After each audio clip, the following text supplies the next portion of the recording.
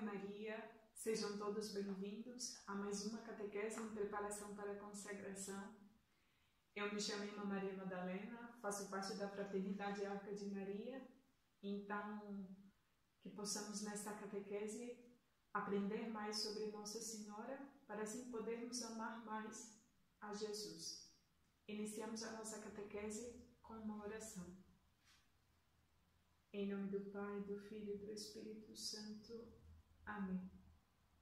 Pedimos ao Espírito Santo, ao nosso anjo da guarda, que nos ajude a estarmos atentos para aprender não só com a inteligência, mas também com a vontade, com a memória, com todo o nosso ser, para que assim esta preparação e consagração se tornem eficazes e transformem a nossa vida. Ave Maria, cheia de graça, o Senhor é convosco. Bendita sois vós entre as mulheres, e bendito é o fruto do vosso ventre, Jesus. Santa Maria, Mãe de Deus, rogai por nós, pecadores, agora e na hora da nossa morte. Amém. São Luís Maria Grião de Montfort, rogai por nós. São João Paulo II, rogai por nós. Em nome do Pai, do Filho e do Espírito Santo. Amém. Então, eu penso que nos capítulos anteriores já conseguiram entender que, na realidade, o que a consagração a Nossa Senhora nos leva é o amor a Deus. Pois Ele deve e é o centro da nossa devoção. A centralidade da devoção a Maria é o próprio Jesus Cristo. A devoção a Maria é um meio para nos aproximar de Jesus e para Ele nos entregar. Com o passar do tempo, o que irá acontecer, se for vivida a consagração com fidelidade, quanto mais próximo eu estiver de Nossa Senhora, mais e mais ela nos levará a Jesus, e assim ela própria se esconderá, e quem estará no centro e irá aparecer será o próprio Jesus Cristo. E aqui lhes dou um exemplo. Quando amamos alguém, queremos estar unidos a essa pessoa. Muitas vezes pensamos nela o dia inteiro, a que horas vamos encontrá-la, aquilo que fazemos muitas vezes é voltado para essa pessoa, e eu quero estar junto dessa pessoa, quero poder falar com ela, quero poder estar um pouco mais perto dela. O que acontecerá com a nossa consagração à Virgem Maria? Ela nos vai ajudar a que tenhamos o desejo de amar mais a Deus, estar junto dele e, como uma consequência da consagração, a prontidão para servir será consequência, porque, afinal, o nosso dever diante dessa consagração será amar e nos unir a Deus.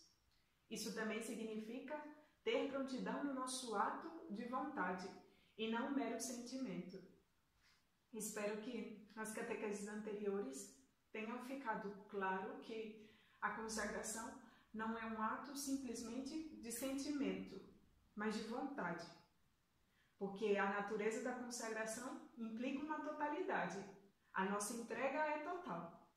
Por isso oferecemos o presente, o futuro e também o nosso passado. Ofertamos tudo à Nossa Senhora e ela nos ajudará a amar a Deus, servi-lo e ser totalmente dele. E não digo para que isso aconteça que tenhamos que nos tornar padres e religiosas. Não. Cada um de nós será no nosso estado de vida, seja casado, seja solteiro, enfim. A busca da perfeição e da santidade acontecerá de maneira a que, quanto mais eu me entregue a Nossa Senhora, mais ela me levará a Deus. E o nosso fim último é a santidade, é o céu. E isso acontecerá com a consagração e conosco na nossa vida concreta. A busca da perfeição e da santidade. Infelizmente, o que os falsos devotos, que devem ter ouvido falar, devem ter lido no 3º capítulo do tratado, têm em comum é o não tender à mudança de vida. Para se consagrar a Nossa Senhora e poder dizer que a amamos, não necessitamos ser santos. Já agora não é preciso ser santo, mas é necessário querer ser santo, pois o objetivo da consagração é nos conduzir à santidade. E agora então, entramos no 4º capítulo, na natureza da perfeita devoção à Nossa Senhora. São Luís nos diz no início desse capítulo: toda a nossa perfeição consiste em sermos conformes de Jesus Cristo, em unir-nos e consagrarmos-nos a Ele. Por isso, a mais perfeita de todas as devoções é, sem dúvida, aquela que nos conforma, nos une e nos consagra mais perfeitamente a Jesus Cristo. Na Constituição Dogmática, Lumen Gentium disse sobre Nossa Senhora: ela ultrapassa em muito todas as criaturas, ocupa o lugar mais alto, porém o mais perto de nós. Precisamente porque Maria não é uma deusa, mas sim uma criatura. Como uma mulher contribuiu para a morte, e essa mulher foi Eva, uma outra contribuiu para a vida, Maria. Ela desatou o nó da desobediência de Eva. Subindo ao céu, não perdeu a sua missão de advogada, auxiliadora, medianeira. Ela é mãe, já o sabemos, e é irmã de todos. A consagração gera um movimento espiritual em nós, e principalmente em quem vive fielmente. Facilita em muito a sua ação em nossa vida. Dou o meu corpo, doando todos os membros que tenho a ela, e ganho uma grande vantagem, porque agora quem cuidará de todo o meu corpo será Maria. Quando nos entregamos à Virgem Maria, nos colocamos em suas mãos e olhamos, reconhecemos a bondade dela, do seu coração. Nos entregamos a ela dizendo: não disponho mais de mim. Ela agora cuidará de tudo, da minha saúde, da minha família, dos meus bens, dos meus olhos, das minhas mãos, inteiramente de todo o meu ser. Então, tudo será entregue à Nossa Senhora. Tudo. Tudo, tudo, tudo. E quando eu digo tudo, é tudo mesmo. Tudo nós entregamos a Nossa Senhora num ato de consagração. Inclusive a inteligência e a vontade, que são faculdades da nossa alma, onde se encontram as nossas virtudes infusas, dons do Espírito Santo, que nos é concedido em germe, como uma pequena semente no batismo. Este é o nosso organismo espiritual, que temos e que devemos fazer com que ele cresça e se desenvolva. A consagração nos ajuda a desenvolver o nosso organismo sobrenatural, viver a vida de graça, fundamento de uma vida cristã autêntica, e também o germe da vida eterna. Nossa Senhora nos ajuda a viver em fidelidade às graças que Deus nos concede diariamente, para corresponder à vontade divina. Então, além dos meus bens exteriores, como por exemplo, casa, carro, enfim, todos os móveis que tenho na minha casa, os meus filhos, tudo será entregue à Nossa Senhora. E também aquilo que de mais grandioso nós temos, que é as potências da nossa alma, a nossa inteligência, a nossa memória, todo o nosso ser será entregue à Nossa Senhora. Como já bem eu disse, esse organismo espiritual que temos e sobrenatural será entregue à Nossa Senhora para que, junto dela e por meio dela, tudo possa ser santificado.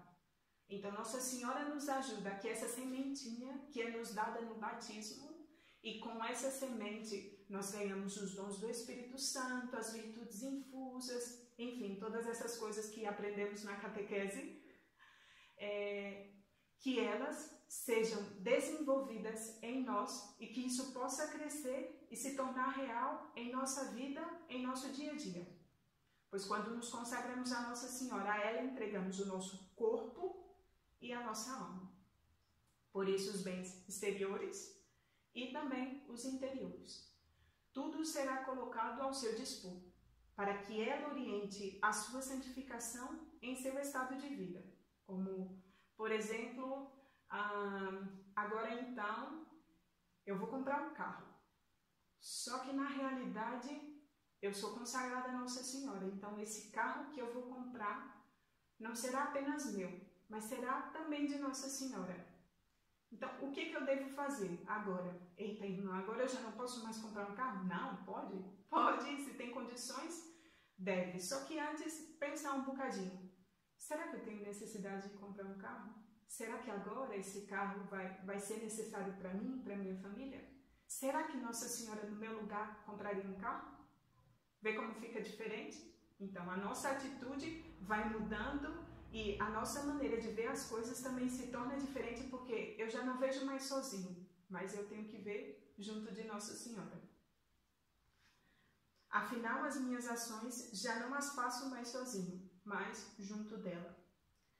Os meus bens interiores, que são os bens espirituais. E agora eu passo a explicar um bocadinho mais a fundo esses bens, que São Luís diz e chama em 3 categorias, que é o valor meritório, satisfatório e impetratório. O meritório, que é um mérito, uma realidade de justiça. Todo ato bom, feito livremente por uma pessoa em estado de graça, com intenção sobrenatural, possui um tríplice valor, que são esses valores: meritório, satisfatório e impetratório. O valor meritório alimenta-nos o nosso capital de graça habitual e os nossos direitos à glória celeste. Somente Jesus mereceu a glória do céu. Como, por exemplo, eu vou explicando agora os valores para que possam entender e fique mais de fácil compreensão para saberem tudo aquilo que vão oferecer a Nossa Senhora. Por exemplo, esse valor meritório é um patrão. Um patrão, todos os meses, ele tem que pagar o ordenário do seu trabalhador, o salário dele. Por quê? Porque ele merece. A pessoa trabalhou ali durante talvez 25 dias ou 30, não importa. Depois que ela fez o trabalho dela, ela merece um salário. O valor meritório é assim, né? É aquilo que nós merecemos por aquilo que fazemos. Então, se assim trabalharmos, assim vamos merecer. Como se essa nossa atitude boa nos levasse a um merecimento, por uma questão de justiça. Nós não podemos dizer que merecemos o céu. Somente Jesus mereceu o céu. Somente Ele, em seu amor infinito, na sua morte na cruz, na sua entrega, mereceu o céu. Mas Ele é tão bom que nos deu a graça de merecer também o céu. E como é que Jesus fez isso? Ele fez isso como um multimilionário. Imaginamos agora que um multimilionário é um homem que tem muito dinheiro. E ele quer dar esse dinheiro. Mas seria muito fácil querer lá do 5º andar da sua casa, lá do seu apartamento, jogasse dinheiro para toda a gente dali, e que cada um ia pegar lá embaixo, e toda a gente muito feliz, porque ganhei dinheiro, aqui o multimilionário está a nos doar dinheiro. Só que isso seria muito fácil. Então o que esse multimilionário faz? Uma gincana, onde ganha dinheiro conforme ganha-se as provas. Não é uma questão de proporção, porque ele promete que iria dar o dinheiro conforme as pessoas realizassem as provas. Por isso, as nossas pequenas obras, os nossos pequenos atos de amor que fazemos, merecem o nosso céu. Então, assim, o próprio Cristo faz conosco. Assim, dei um exemplo meio que em comparação, só para que pudessem entender. Mas é assim que o próprio Jesus Cristo faz conosco. É assim que Deus faz conosco. Ele, que é rico em graça, rico em misericórdia, nos distribui esses méritos. Só que nós temos que merecer. Não é simplesmente ficar ali debaixo da janela do multimilionário a esperar que caia o dinheiro do céu. Não, para isso é preciso trabalhar um bocadinho. Por isso, as nossas pequenas obras, os pequenos atos de amor que fazemos, merecem o nosso céu. Em sentido amplo, quem merece é apenas Jesus Cristo. Mas por uma questão de proporção, nós acabamos que por merecer o céu, como as obras que realizamos. Assim, podemos aumentar ou diminuir a nossa glória no céu, porque afinal Deus é infinito. Então, ou seja, esses méritos são distribuídos de forma infinita e nós é que vamos merecendo conforme as nossas obras. O mérito em geral é um direito a uma recompensa. Pode-se dizer que o mérito é um direito a uma recompensa sobrenatural, que resulta de uma obra sobrenatural boa, feita livremente para Deus, e de uma promessa divina que afiança essa recompensa, feita de maneira livre. Tenhamos a certeza de que se amamos a Deus, durante toda a nossa vida, na glória não será diferente de alguém que se arrepende. Aliás, peço perdão. Tenhamos a certeza de que se amamos a Deus durante toda a nossa vida, a nossa glória será diferente de alguém que se arrepende antes da morte. Então, por isso é que quantos mais méritos nós temos, por si só, maior será a nossa glória no céu.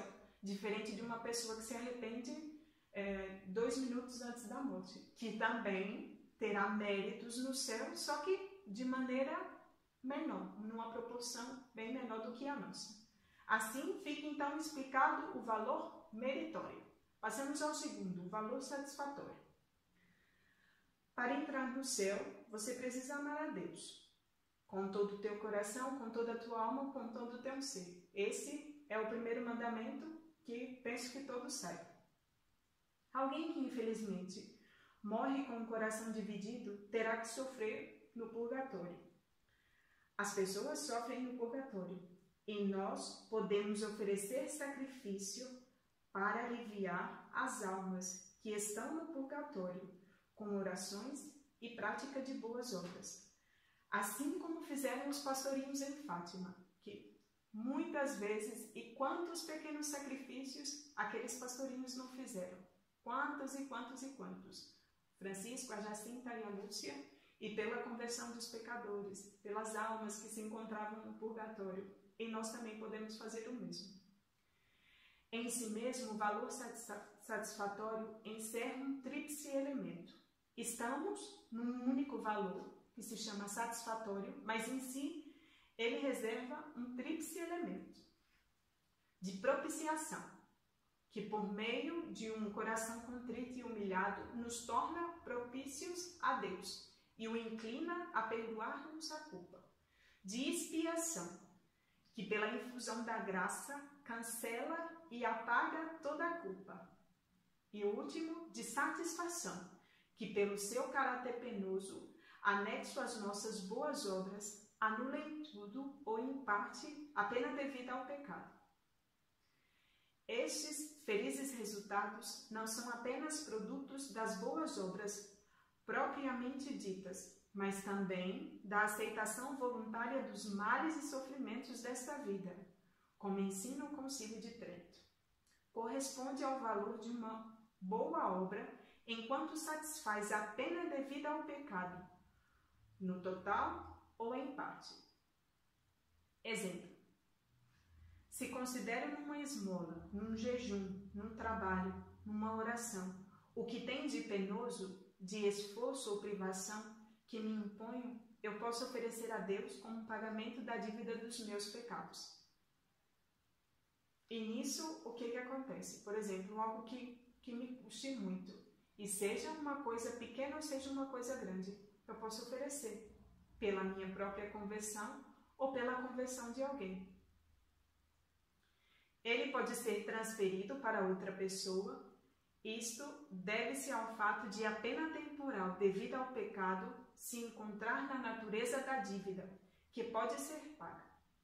O pagamento da dívida pode ser transferido para a conta de outra pessoa. O valor pode ser aplicado também às almas do purgatório. E por isso, o valor satisfatório é um valor de conveniência. Então, um valor que tanto pode ser para mim, como também pode ser utilizado para o outro. Uma nota, uma coisa importante que devemos sempre termos em conta. Quando pecamos, as nossas faltas adquirem uma pena temporal e uma pena eterna. A pena temporal deve ser paga mediante a penitência que o confessor nos der, depois da confissão. A pena eterna é apagada pela misericórdia de Deus no sacramento da confissão, pelo perdão que nos é dado. Mas, ainda assim, ficam as marcas do pecado. Deus nos perdoa sim, mas é necessário repararmos o dano, porque as raízes do pecado permanecem ainda em nós. Então, lhes dou outro exemplo. Se furarmos uns pregos na parede, tac, tac, tac, tac, tac, ali com o martelo. Furei para colocar ali um quadro ou qualquer outra coisa e depois eu já não quero mais ter esse prego na parede, quero tirá-lo. Quando eu vou e tiro o prego, tá ali o quê? A marca. A marca do prego fica. Então, assim acontece com os nossos pecados. Nós pecamos. Quando nos confessamos, é como se aquele prego fosse arrancado. Mas ali permanece a marca do pecado. E essa marca do pecado nós podemos apagar com essas boas obras que fazemos e com esse oferecimento de tudo aquilo que Deus nos manda, tudo aquilo que nos custa e tudo aquilo que também podemos oferecer e que para nós seja um sacrifício ou algo que nos custe. Isso faz com que seja passada aquela massa branquinha e depois com um bocadinho de lixa, passei ali uma tinta, olha, estou com a parede toda limpinha de novo. Então vai e me restaura. É preciso nos purificar aqui na terra. E se assim não for, então passaremos pelo purgatório. Então, na realidade, o valor satisfatório nos ajuda a purificar de todos os nossos pecados, enfim, de tudo aquilo que fazemos de mal. E aqui não iremos para o purgatório, se aqui purificarmos tudo aqui na terra. Passamos agora ao terceiro valor, o impetratório, que vem do latim impetrare, que significa pedir, suplicar por alguém, uma petição de novas graças, dirigidas à infinita misericórdia de Deus. Pelos méritos dos santos, recebemos graças de Deus. Valor relativo a uma ação que alcança novas graças. Está ligada a um ato e requer remuneração, tanto em justiça estrita como de simples conveniência. Impetração, potência que resulta de uma oração e se apoia na bondade e promessas divinas. Obtenho não porque é uma ação meritória, mas porque peço em nome de Jesus, cuja promessa e méritos dão força à minha oração. Tudo isso eu entrego a Nossa Senhora. Ela multiplica, purifica, embeleza e distribui a quem mais necessita. Pois a pureza de intenção de cada uma das nossas ações, dos nossos atos, para que seja mais perfeito e atual. A intenção é o que arde principal em nossos atos, é o olho que ilumina e as dirige para o fim, a alma que as inspira e lhes dá o valor que tem aos olhos de Deus. Nossa Senhora, que é cheia de graça, que é a graça plena, vai pegar cada uma desses nossos méritos e vai purificar, vai embelezar e vai apresentá-los diante de Deus com muito maior valor do que se fôssemos por nós próprios. Assim, então, passo agora brevemente a explicar para ficar tudo bem claro, se ainda houver alguma dúvida com relação a esses três valores. Os valores meritórios são entregues à Nossa Senhora para que ela guarde estes valores e aumente ou diminua a glória no céu e faz merecer as graças necessárias para nós crescermos na santidade.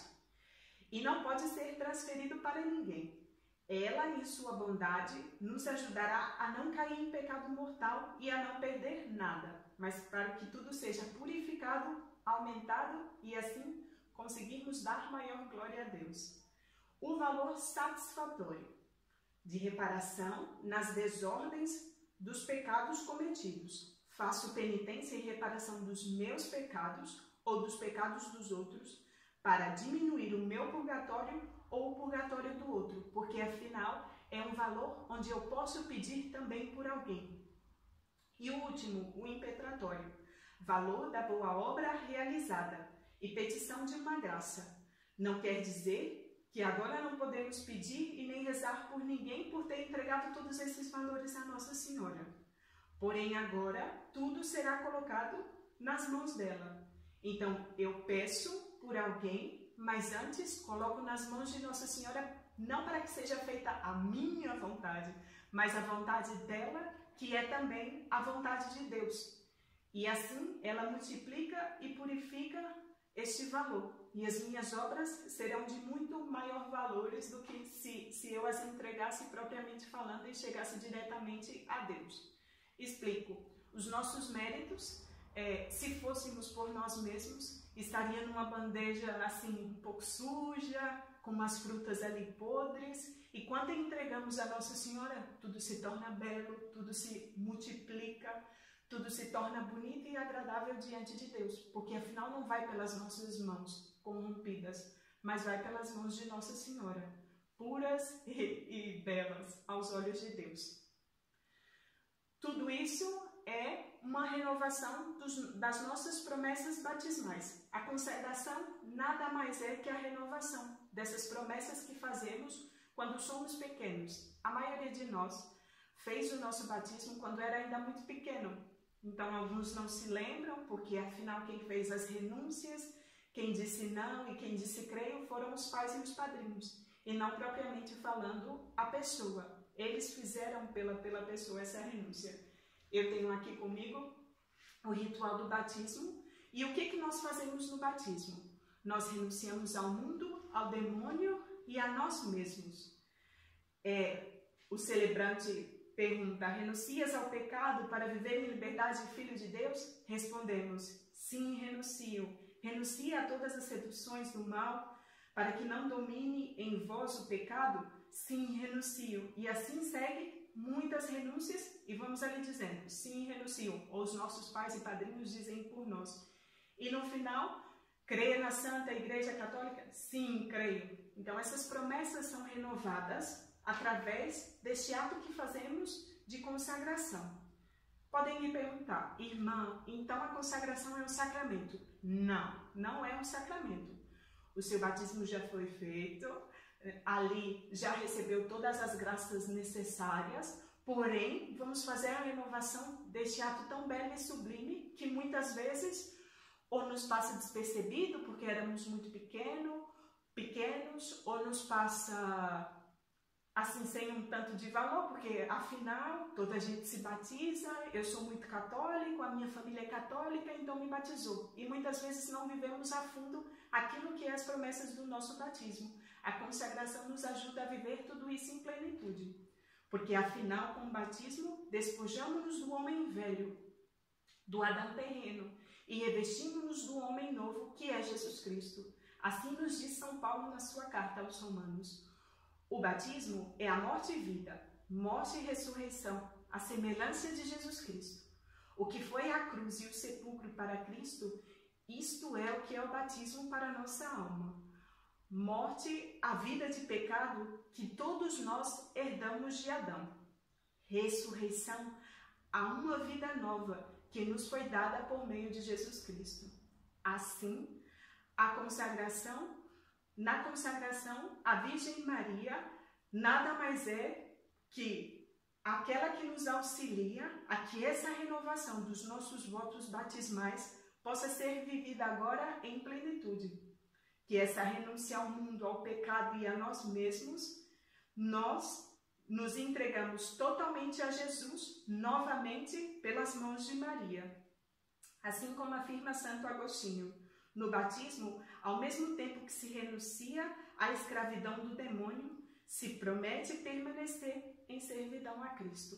Assim, vamos permanecer em servidão a Cristo por meio de Nossa Senhora, fazendo a nossa consagração.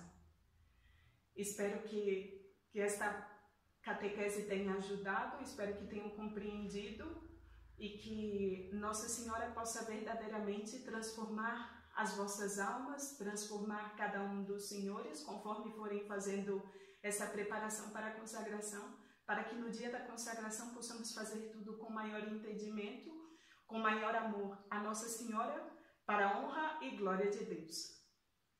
Nós vos damos graças, Senhor Deus onipotente, por todos os vossos benefícios, a vós que viveis e reinais pelos séculos dos séculos. Amém. Glória ao Pai, ao Filho e ao Espírito Santo, como era no princípio, agora e sempre. Amém. Salve Maria.